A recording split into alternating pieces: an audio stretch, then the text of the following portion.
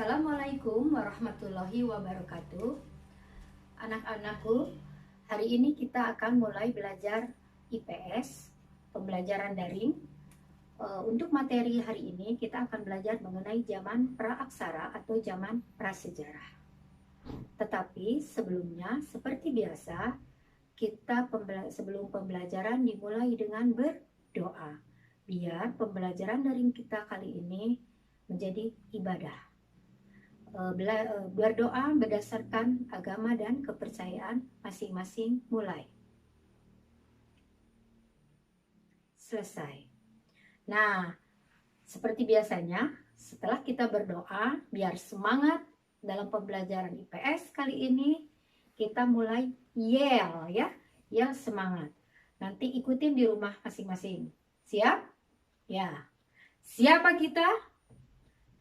Lab school, lab school, lab school. Lab school, jaya, jaya, jaya. Marilah kita belajar daring tentang zaman praaksara dan zaman prasejarah.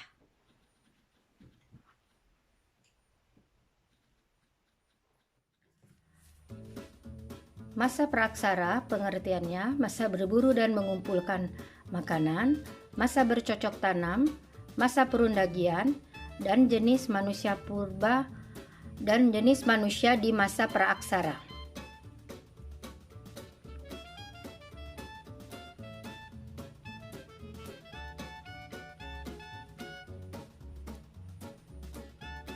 Masa berburu dan mengumpulkan makanan, manusia purba atau manusia prasejarah tinggal berpindah-pindah.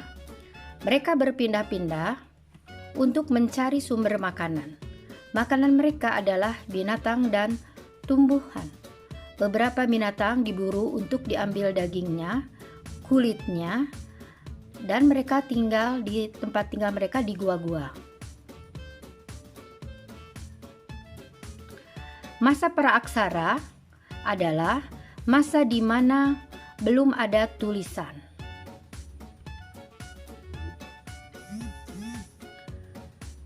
Dalam masa praaksara terbagi menjadi masa berburu dan mengumpulkan makanan, masa bercocok tanam, dan masa perundagian.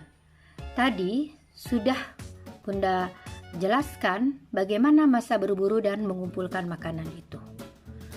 Masa berburu dan mengumpulkan makanan di mana manusia purba atau manusia prasejarah tinggal berpindah-pindah. Mereka berpindah-pindah untuk mencari sumber makanan. Makanan mereka adalah binatang dan tumbuhan. Untuk beberapa binatang diburu, diambil dagingnya, kulitnya, dan mereka tinggal di tempat di gua-gua. Jadi belum mempunyai rumah. Hanya alamlah yang menyediakan sumber makanan mereka. Belum bisa memproduksi.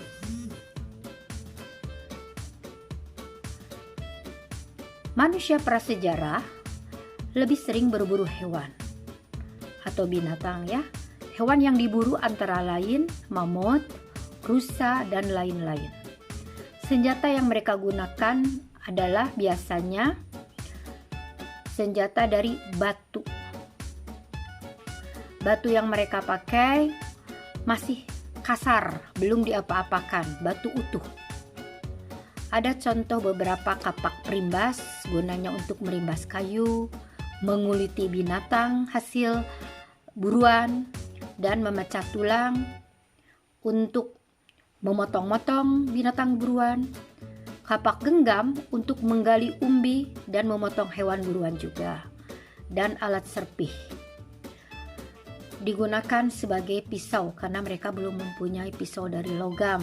Jadi menggunakan batu-batu kecil sebagai alat serpih mereka. Di samping ini ada juga macam-macam senjata walau beberapa tidak dipakai di masa ini. Jenis manusia di masa berburu dan mengumpulkan makanan. Jenis manusia di masa berburu dan mengumpulkan makanan adalah Pithecanthropus erectus dan Meganthropus paleojavanicus. Jadi pada masa berburu dan mengumpulkan makanan, Jenis manusianya adalah Pithecanthropus erectus dan Meganthropus paleojavanicus. Kalian bisa melihat di sini dan bisa kalian lihat di edukologi ya, di materi edukologi. Sekarang ke masa bercocok tanam. Masa bercocok tanam adalah masa di mana manusia sudah mengenal caranya bercocok tanam atau sering disebut masa food produksi. Di masa itu juga manusia purba mulai menetap, mempunyai tempat tinggal. Tapi jangan kalian bayangkan seperti rumah sekarang. Rumahnya masih sederhana ya, rumah panggung yang sangat sederhana. Pada masa ini juga manusia purba sudah mengenal barter ya, saling menukar barang karena belum mengenal adanya uang. Walaupun di masa ini manusia purba bercocok tanam, kegiatan berburu hewan tidak ditinggalkan sepenuhnya. Namun, pada masa ini, sebagian binatang buruan mulai diternakan. Jadi mereka mulai mengenal binatang ternak ialah pada masa bercocok tanam. Bahkan ada beberapa jenis binatang liar yang mereka jinakkan dan dipelihara oleh mereka. Misalnya kuda. Kuda itu dulu binatang liar, tetapi pada masa itu dijinakkan, makanya sekarang menjadi binatang peliharaan.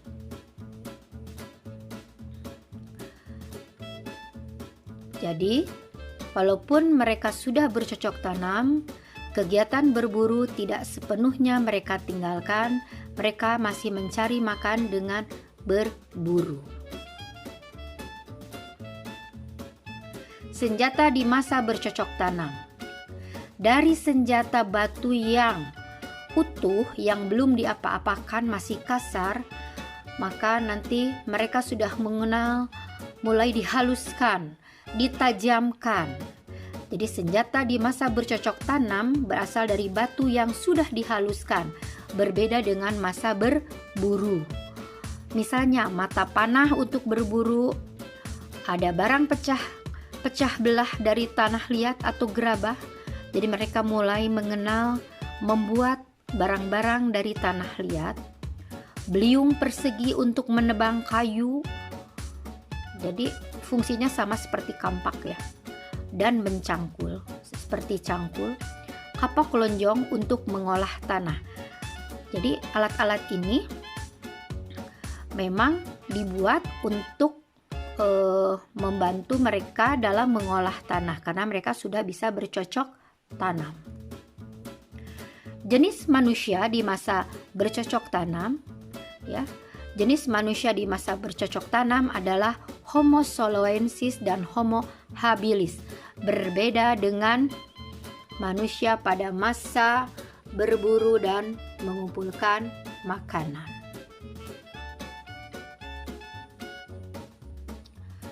Masa selanjutnya adalah masa Purundagian. Masa Purundagian adalah masa di mana manusia purba sudah mengenal caranya membuat senjata dari logam. Mereka juga membuat peralatan rumah tangga dari kayu dan logam. Jadi pada masa ini mereka sudah mulai mengenal logam. Bagaimana mengolah biji logam menjadi senjata, menjadi alat-alat rumah tangga. Ini salah satu contoh senjata di masa Perundagian. Senjata di masa Perundagian tentu berasal dari logam dan batu. Misalnya kapak perunggu, pedang logam, dan sebagainya. Ini adalah contoh kapak perunggu di masa Perundagian. Apa jenis manusia di masa Perundagian? Jenis manusia di masa Perundagian adalah Homo sapiens.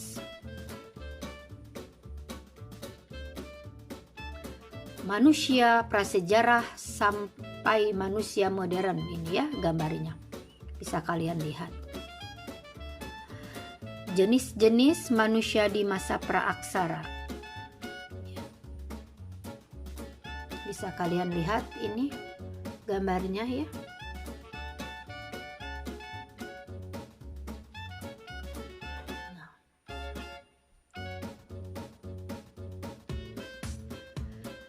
Jenis-jenis manusia di masa praaksara. Pertama adalah Meganthropus paleojavanicus. Meganthropus paleojavanicus artinya manusia purba yang besar dan tertua di Jawa. Manusia purba ini memiliki ciri tubuh yang kekar, diperkirakan sebagai manusia purba yang paling tua di antara manusia purba yang lain. Fosil manusia purba Meganthropus paleojavanicus ditemukan dan diteliti oleh Dr. G.H.R. von Königswald pada tahun 1936 dan 1941. Pertama kali fosil makhluk ini ditemukan di Sangiran, daerah Lembah Bengawan Solo dekat Surakarta. Dari yang dapat dilihat dari ukuran fosil itu, Meganthropus paleojavanicus berbadan besar dengan rahang besar, kening menonjol, dan tulang tebal. Coba untuk sekarang ada tidak jenis itu? Dari keadaan itu, maka dari keadaan tadi ya, dari ciri-ciri tadi, maka makhluk Sangiran tersebut dinamakan Meganthropus paleojavanicus. Mega artinya besar, anthropus manusia, dan paleo purba javanicus manusia Jawa. Artinya Meganthropus hidup di sekitar 2 juta tahun yang lalu sebelum Masehi ini. Hidupnya makan tumbuh-tumbuhan. Makhluk tersebut termasuk jenis Homo habilis. Jadi walaupun badannya besar, tapi mereka itu lebih cenderung makan tumbuh-tumbuhan. Bukan berarti tidak makan daging, tapi mereka cenderung vegetarian. Yang kedua adalah Pithecanthropus erectus. Pithecanthropus erectus artinya manusia kera yang berjalan tegak. Ya. Manusia purba ini memiliki ciri-ciri: 1. Berbadan tegak dan memiliki tinggi badan antara 165 sampai 180 cm. Tinggi mereka itu melebihi manusia sekarang, karena paling pendek itu 165. Pithecanthropus erectus merupakan manusia purba yang paling banyak ditemukan di Indonesia.